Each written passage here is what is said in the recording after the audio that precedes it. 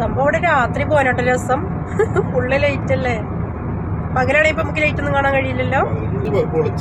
അലങ്കാരമാണ് പകൽ ഇതിനേക്കാൾ രസമാണ്. അപ്പോൾ ഗൈസ് ഞങ്ങളിപ്പോൾ ഉള്ളത് പേൾഖത്തറിലാണ് കേട്ടോ.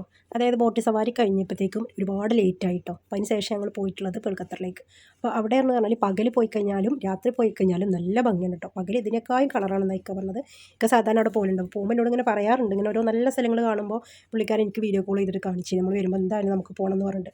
ആളുടെ ആഗ്രഹം പറഞ്ഞു കഴിഞ്ഞാൽ ആളെന്ത് ഫുഡ് കഴിക്കുകയാണെങ്കിലും അതെനിക്ക് തരണം, അതേപോലെ ആളെന്ത് കാണുകയാണെങ്കിലും അതിനെ കാണിക്കണം, അങ്ങനെയൊക്കെയാണ്. അപ്പോൾ ഇക്കാൻ്റെ ഒരു ആഗ്രഹം എന്ന് കഴിഞ്ഞാൽ എന്തായാലും ഞാൻ പോയി കണ്ട എല്ലാ ഏരിയയിലും നിന്നെ കാണിക്കുന്നുള്ളത്. അപ്പോൾ അങ്ങനെ ഞങ്ങളവിടെ പേൾഖത്തറിലെത്തി. കാണാൻ നല്ല രസമാട്ടോ. ഒരുപാട് ബോട്ടുകളൊക്കെ നിർത്തിയിട്ടിട്ടുണ്ട്.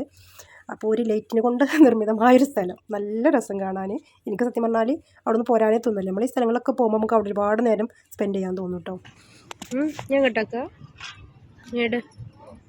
ഇതില്ലേ ഓക്കെ. അപ്പോൾ അവിടെ ഇതുപോലെ ഇതിൻ്റെ ഉള്ളിൽ ഒരുപാട് സ്ഥലത്ത് ഓരോ സാധനങ്ങൾ വിൽക്കുന്നുണ്ട് കേട്ടോ. ഇത് ക്രീമാണ്, ഇതിൻ്റെ ക്രീമിൻ്റെ ഒരു സാമ്പിൾ നമുക്ക് തരും.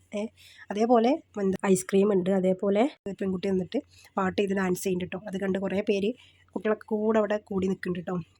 എന്തിൻ്റെ ഒരു പരസ്യമാണ്, എന്തോ ഷോപ്പിൻ്റെ പരസ്യമാണത്.